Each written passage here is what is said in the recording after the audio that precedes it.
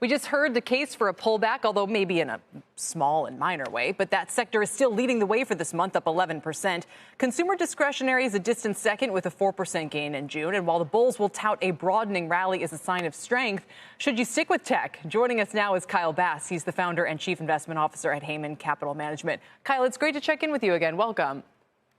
Great to see you, Kelly. Thank you. I was just listening to what Danielle said, and she said, yeah, maybe we are overdue for a little bit of a pullback, but she's excited about the market going into July and beyond. Are you excited as well?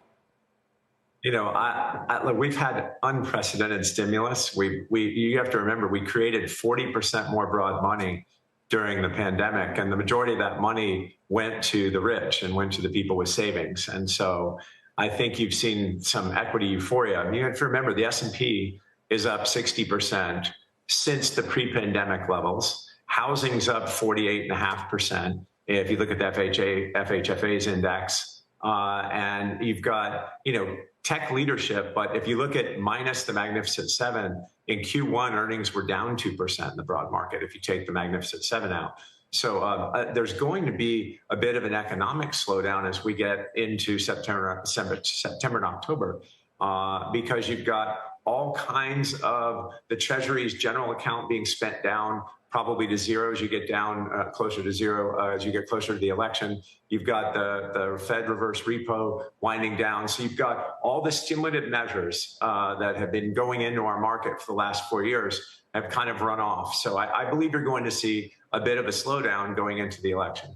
Yeah, well, maybe they're trying to hope it waits till after the election. But either way, there's been a lot of talk about excess savings running out and things like that. I mean, it does seem people of all income strata, the lower income in particular, were actually making decent wage gains and right now are outpacing inflation. But do you think the cumulative toll of inflation is what's really going on here, both in the markets and across the economy? Yes. I mean, you say the bottom is making, significant wage gains. Look, real wages across the board are massively negative because of the way inflation is reported. Again, I refer to the FHFA housing price index. The government's own housing price index is up 48.5% since COVID began.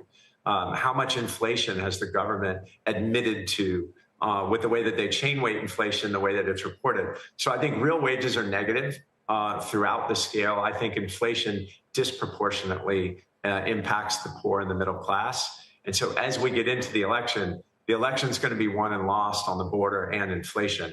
And when people talk about the economy kind of writ large, I think it's important to note that the economy may look good, but in real terms, the poor and the middle class have been decimated by what's happened in the last 4 years. So if you think we are going to see a slowdown in the fall, but you're also still worried about the toll of inflation, what do you think the Fed should do? Are you in the camp for a cut or two as we head into the next few months? I mean, look, Kelly, the Fed funds rate is definitely over the reported inflation rate. But the way that we compare things is kind of silly. If you think about the price level, if the price level began at 100 pre-COVID, and now the price level is 150. Do you think we can lap 150 over 150 and get a 0% inflation number? Well, yes, and we'll victory lap that. But in reality, the price level is still up 50% in 4 years. So, when you get a Fed funds rate being effective about a 530, and you have inflation prints at 2 and 3%, at some point in time, you're going to have to start cutting rates. So the Fed blew it on the way up, and they're going to blow it on the way down too, meaning they overcooked it on the way up, and now they've got to get the economy back to let's just say, a more stable rate. And we will get down to a 2 or 3% rate. It's just going to really hurt disproportionately the poor and the middle class. So we talked with Mark Zandi yesterday about kind of whether consumers would welcome a Fed rate cut. He says they would, and what the impact of that would be to kind of support the economy. And I guess I go back to this question of, if you're in a political season where inflation is going to become an issue, but you also know that the Fed has to cut rates so that the economy doesn't worsen, do you think that messaging is a tough sell to the public, or do you think they would understand and welcome and get relief from rate cuts?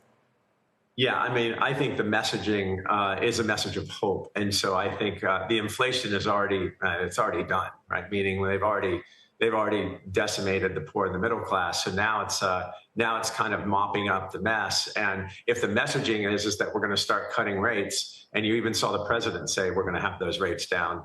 You even have at some point in time, we went from the inflation monsters there to there are going to be 2 or 3 cuts this year. I think there'll be 2 or 3 cuts this year. I think you'll see cuts pre-election. I think it'll be messaging to the electorate and to the administration that we're trying to generate some positivity going into November. Quick last question, but it might be the only really relevant one. What do you do investment-wise in this environment? I mean, I kind of alluded to this in the first question. Do you stick with stocks? I mean, do you go into bonds? You know, like what? What is it that you think would create the most wealth in the coming 12 months?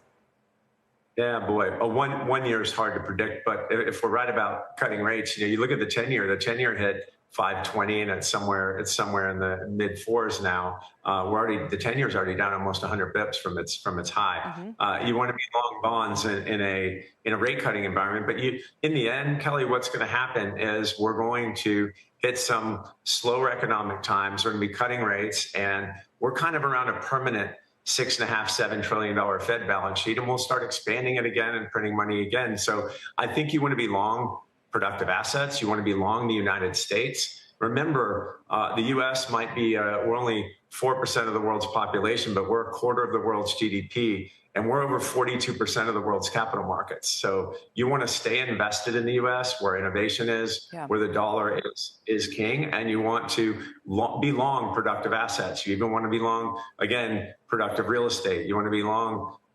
You still want to be long, and just we're going to have a little bit of a pullback in economic activity.